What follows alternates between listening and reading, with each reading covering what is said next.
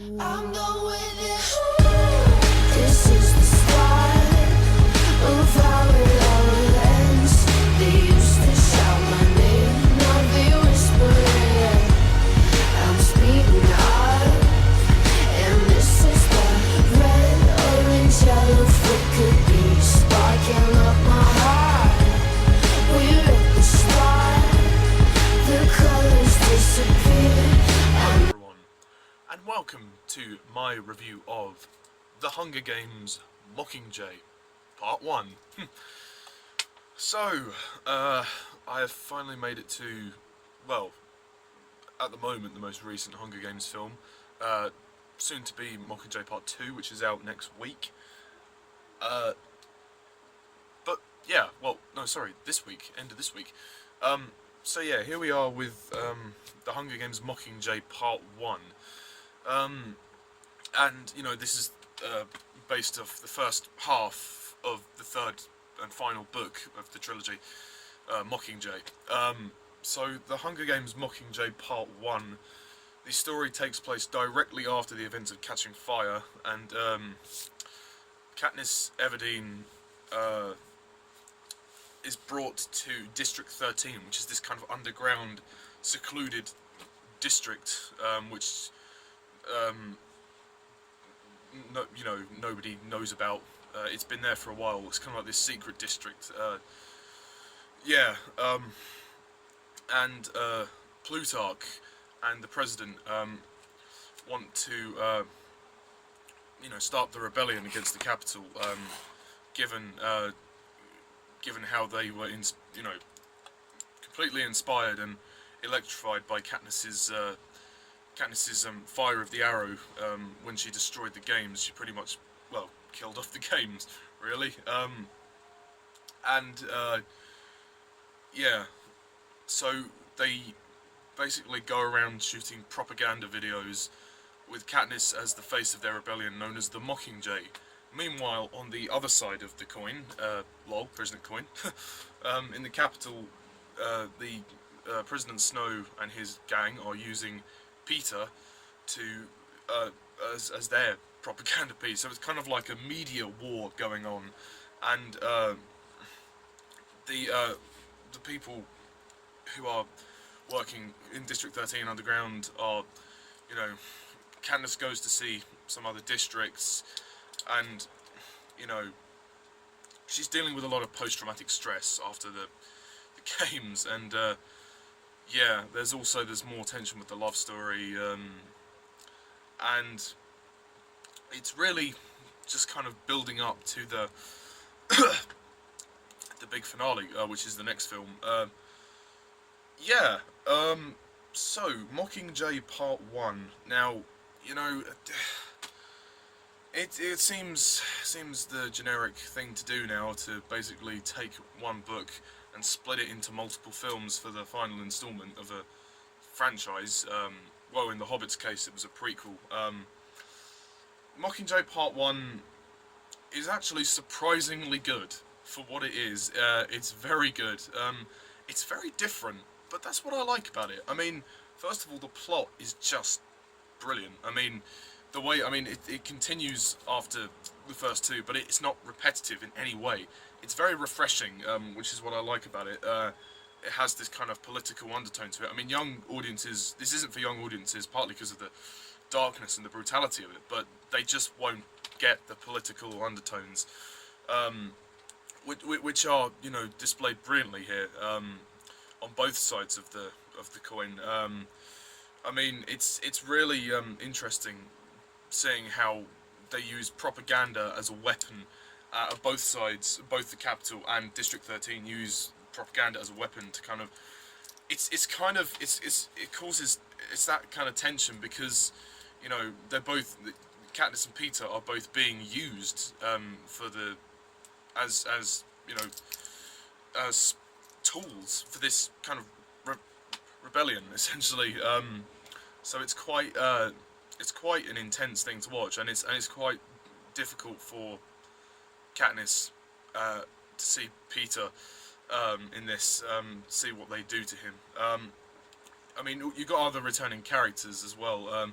but I'm going to talk about the main ones first. So the cast, Jennifer Lawrence, again, you know, there's no other way to describe her. She's just superb in this film. What I love about her is that in this film, Mockingjay Part 1, she takes on a bit more of an emotional role this time around. Katniss is kind of suffering from post-traumatic stress, essentially. She's been in the games twice, and, you know, Peter is in the capital. She's just learned that her district has been, you know, destroyed. So that's a lot to deal with, and like we open to some shots of her kind of, you know, talking to herself in the corner. You know, she's scared, she's frightened. You see her at her most frightened in this film. I mean, she was scared in the first two films as well, but like she is a rebel, and you know she's brave, but in this film she's more scared than anything as well, because of her love for Peter now, which I actually do believe now that she loves Peter. I think it's a progressional thing as the films have gone along. She grows to love him.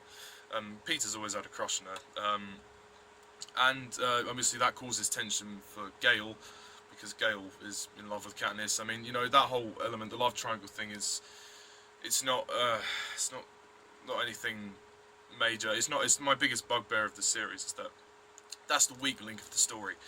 But it's not a bad thing. I mean, I can still watch the films and be entertained. So yeah, Jennifer Lawrence is great, and you know, I mean, you see, yeah, like I said, you see her deal with a more emotional, and you know, the fact that, you know, she's kind of being thrown from one thing to the next, you know, trying to, I mean, that there's some great moments. I mean, one of my favourite scenes in the film is when the hospital blows up, and then she gives that amazing speech. You know, she says, "Oh, fire is catching, and if we burn, you burn with us." You know, that awesome speech. You know, where Katniss is ultimately at breaking point now. It's been, you know, President Snow has pushed her this far, you know, and this film is just intense. I mean, I'll talk more about the actual film in a minute. I just want to talk about the characters. Josh Hutcherson as Peter. He's not really in the film very much. He doesn't get much to do, but the scenes where he's in, you will remember. I mean, my God, his oh God, what they do to Peter in this film is quite, you know, harrowing to watch. I mean, it's quite brutal. I mean, like when the Capitol kind of tortures him, and he gradually becomes more, you know, skinny and decrepit, and you know he's being bruised and tortured, and he's being manipulated by the Capitol to, well, not manipulated, he's being forced to say stuff to save his own life. You know, he's trying to survive, and you know, I feel really sorry for Peter, and you know, I mean, also there's a scene towards the end which I didn't expect when I first saw the film, because I hadn't read the books. So when I first saw this film in the cinema last year, the scene at the end where they actually bring him back, they rescue Peter, and then he's back in the medical room, and then he looks at Katniss, and then he grabs her and throws her on the floor and strangles her. That scene is really well directed. I mean, it's so intense, like, because I mean, you find out why he is like that. I mean, because the Capitol have basically turned him into a weapon and ejected any kind of emotional feelings towards Katniss. They've made him kind of fear her, and yeah, so yeah, they used Peter as a weapon, which is, it's horrible to watch when he's strangling her. I mean, oh God, I mean, it's it's quite difficult to watch, but it's a really well acted scene. I really like Liam Hemsworth in this film as Gale. He's quite good. I mean, he gets more to do, and he gets involved in the action as well. I mean, and his speech as well is really good when he's explaining about how he got people out of District 12, but how he wished he could save more people. That speech is just powerful. This movie has some really powerful scenes, and that's one of them. And his acting is really good there. You see the kind of I suppose you say the regret in his face. You know, the guilt. He's living with the guilt of, you know, not saving everyone, although he did save a lot of people. I mean, so yeah, and I mean, his scenes are really good. I want to give a shout out to Donald Sutherland as well as the President. I mean, he's in the film here and there. He's probably going to be in part 2 a lot more, but he's great in this film. He's really great. I love how this film is kind of slowly raising the stakes as it goes on. You know, it's kind of tightening the threads. You know, so is tightening the noose on, you know, certain things, and he's pushing Katniss to the very edge, and it's really, he's really good. I mean, that scene when he's talking to Katniss on the video, he says, "It's the things we love most that destroy us. Do you think I didn't know your friends were in the tribute center?" Like, and he's always on top of everything. Like, he's on top of his game in this time, and Katniss, is worried that, oh shit, what's going to happen? What if we can't save Peter? And oh my god, like, because I mean, it's so intense, and it's really, really good. I mean, that scene is just a great thing as well. You've also got other returning characters like Finnick, Joanna very briefly at the end. Phillip Seymour-Hoffman returns as Plutarch. He's good. I want to talk about some of the new characters. You've got President Coin of District 13, played by Julianne Moore, who really is actually quite a good character. I think she's a very nice addition to the cast, and I look forward to seeing her scenes in Part 2 as well. You've got Cressida as well, who is played by Natalie Dormer, who I have a bit of a crush on Natalie Dormer, I'm not going to lie. She's so attractive.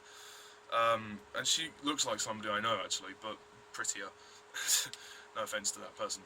But yeah, Natalie Dormer's great in the film. I like the fact that Cressida's kind of like this multimedia kind of person. She's a director, and she's kind of the one in charge of all the propaganda piece for District 13. She and her crew flew down from the escaped the capital to basically help Katniss.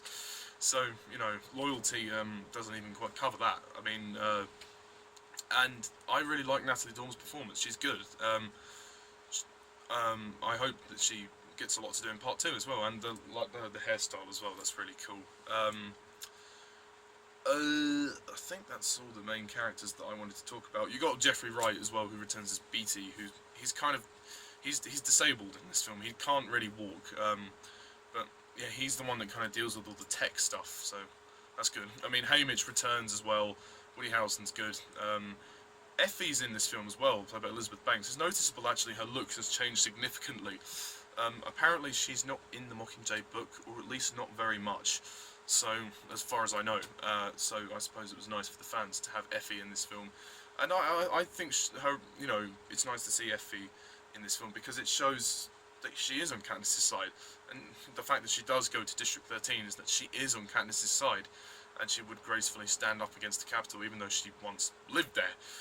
Now that she knows how far things have gotten, yeah, as well. Also, Stanley Tucci very briefly returns along with Josh Hutcherson. They have their scenes together. So yeah, I doubt we'll ever see Stanley Tucci again. He might be in Mockingjay-Part 2, I don't know. But this film has some really intense scenes. Like I said, the scene when the hospital gets burned as well. That's quite intense. I mean, there's not many action scenes in this film, not as much as the first two, but it's not as action driven as the first two. But when the action hits, it does hit. There's that scene when the planes are flying and then the hospital gets burned, as I've just said, and that's really good. Bit of shaky cam, not as much as Gary Ross, so I can kind of forgive it. What else is there? There's a scene. It's not really an action scene, but there's a scene where yeah, no, there is another one. Sorry, there are a few actions. I'm trying to remember. There's a scene where the members of a district, I can't remember what district it is, I mean, it's not really stated, where they, in the forest scene, where they go into the forest, and then the peacekeepers try and shoot them down, but then they blow up the peacekeepers, and they, that's a really good scene, even if it's only short. You've got the scenes where they go into the Capitol. I'll actually get to those later. The scene with the hanging tree song, which is really good. Jennifer Lawrence as Katniss during the film sings this song called "The Hanging Tree," and it's really quite powerful, and it really kind of builds up to this really great action scene where these members of the districts, or I can't remember what district, where they go over to like the main power station, and they destroy it. So the capital's power supply has been cut off, and it's such a great scene with a great music piece. I mean, you know, the music overall by James Newton Howard is great, but that song is the epicenter really of that. It kind of, you know, it kind of brings them all together to make a stand, and that's what's great about Mockingjay Part 1, is that it kind of brings a lot of stuff together to prepare you for the next film. And you've got also when they go into the capital to rescue Peter, Annie, and Joanna. You don't see a huge amount. You see bits and pieces, which, I mean, it's great because it's intercut with this great speech from Finnick. You know, this one's all about the speeches. You know, Finnick has a speech in front of the camera as well, which is very well written. I think. I think it's obviously taken out of the book. So that was really good. I want to mention Sam Claflin actually. Finnick, he's really good in this film. He's a bit more, you know, I don't know how to say it, but emotional. I don't know if that's the word, because his girlfriend Annie is stuck in the capital, so he's trying to deal with that, and he's hoping that she's going to come out, you know, and yeah. But I really like this film. I mean, it's a lot of people. Some people have given it some bad reviews. I mean, I can understand. I mean, it is slow. I'm not going to deny there are some slow scenes. It's not the most action-driven film. I will give you that. It isn't the most action-driven film. It's very different to the first two. It's more politically focused than it is action-focused. I mean, the first one was more focused on kind of the action and the kind of idea of the Hunger Games and Katniss's, Katniss's emotional storyline with that, trying to save her sister. Catching Fire was about both, really, about going back into the games, but also kind of leading up, you know, that political commentary. This is focused purely on the political stuff, and it works really well. I mean, the action scenes that there are really good, really hard hitting, and you know, it's a hugely enjoyable film. It's entertaining. I mean, it is quite slow, but I think only in terms of suspense. You know, I was constantly sitting down for 2 hours, fully invested. It was so. I had, you know, if there were any scenes that kind of dragged, it really maybe the first 10 minutes. I mean, my subscriber Labyrinth35 says the first 10 minutes of this film can be a bit slow, and I do agree a little bit. There are some scenes which could be taken out. I mean, there is elements of filler in here. I mean, although there is a nice scene when Katniss and Gale are sitting by a river somewhere. I think in District 12. I think, yeah, in District 12, and or what's left of it. And you know, it's just a quiet moment. You know, no dialogue, just the music is playing, and then she rests her head on him. Like, it's just a very somber moment to kind of detract from all the darkness of the film, which I really like. You know, because Katniss has had to deal with so much over the past, over the past 2 films and this film as well. So it's nice to have those quieter moments where she can just kind of like, you know, not think about it, you know, which is great. I mean, and from a production standpoint, this film is great. I mean, I like the look of District 13. Oh, one other action scene I forgot to mention. It's not really an action scene, but the kind of air raid drill scene when Katniss has to go back for her sister. The music is great for that scene, by the way. And she went. I mean, her sister Prim goes back for the cat. You know, you actually do feel like, oh shit, is Prim gonna die? You know, you're actually I was on the edge of my seat. I was like, oh my god, this is so intense. Like, Francis Lawrence, again, directed this film, and I mean, he's a great director. He really is. He does a great job with this. I'll get that message in a minute. Sorry, I keep getting Facebook messages when I'm recording videos. But anyway, also, I mean, you know, because before we're so used to seeing the capital kind of lit up and vibrant and colourful. I mean, like the first 2 films were. This is a much darker looking film, much more brutal as well. I mean, when you see Joanna at the end, you're like, oh gosh, what have they done to her?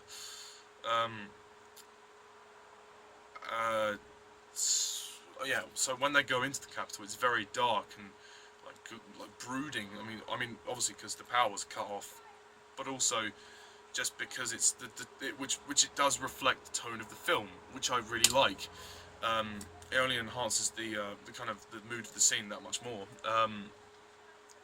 So yeah, and also the song for the credits, which I believe is called "Yellow Flicker Beat" by Lord. I've used it in the opening titles. Yeah, actually, yeah, that is actually what it's called. Um, so yeah, that was good. That was a good song. I mean, the ending of the film, you know, essentially where this film cuts off, the breaking point, I suppose you could say, is good. It's really intense. You know, Coyne gives a speech. You know, there's so many speeches in this film. It's quite it's quite good. Coyne gives that ending speech. You know, like, oh, we've freed the victors. Now tomorrow we take down Panem. You know, and Katniss is going to see Peter, and he's like I don't know, like you see him in the chair, kind of rattling around, like they've strapped him up to the chair to, you know, keep him under control, and it's just quite a scary shot actually to end on. I mean, the way Josh Hutcherson looks, I mean, he does great acting there, by the way. Just seeing him there is so scary and suspenseful, and you kind of feel sorry for Katniss, because, you know, she's waited all this time for him to come back, and she kind of feels like she doesn't really know him, because he's changed because of what the Capitol have done to him. And you really see that in the last shot of the film, where she's looking through the window at him, and, you know, the music's like kind of getting quite haunting and kind of intense. And I mean, I know I keep using that word, but that is genuinely the feeling I get with these films. They're intense. This doesn't, you know, this is following in the same line. I think this film is really, really good. It's actually the shortest of the films, because the first one is 142 minutes, which is 2 hours 22. The second one is 2 hours 25, so almost 2.5 hours. This one is 2 hours. It's just 2 hours, which is fine. I mean, I think any longer, and I think it would have been too long. Like, I think it's just the right length. You know, it's not too short or too long. It's not. I mean, there's a couple of slow moments, but some of the slow moments are actually necessary, and they do develop the characters really well. And there are some great emotional scenes too, like mainly from Jennifer Lawrence, but yeah, just overall, it's a fantastic experience, and it sets up for part 2 very well, I think. And yeah, part 2 is going to be 2 hours 17 minutes long, from what I've heard. So yeah, this is the shortest one. I mean, yeah, okay, maybe the split wasn't necessary, but I don't think. I mean, I'm going to watch part 2 and then make that assumption. But to be honest, you know, it is pretty much a cash grab just to drag it out for one more film. You know, I mean, the fans won't complain. Of course they won't. But yeah, so that's really all I've got to say about The Hunger Games Mockingjay Part 1. I can't think of anything else to say about it. Oh yeah, Boggs, he's a good character too. Yeah, I don't think it's perfect, so I'm gonna rate The Hunger Games Mockingjay Part 1 a 9 out of 10. I'm going with it. This is the start of our love ends. They used to shout my name, now they whisper it. I'm speeding up, and this is the red, orange, yellow flicker beat sparking up my heart. We're at the start, the colors disappear. And So yeah, that's it. That's my review. Tune in next time when I review the 4th and final film, The Hunger Games Mockingjay Part 2, followed by my ranking of the 4 Hunger Games films. So yes, I'm really excited for the last film, and I hope that it delivers. So yeah, that's it for now. So thank you all for watching, and as always, I'm Mr. Charles 11, and see ya.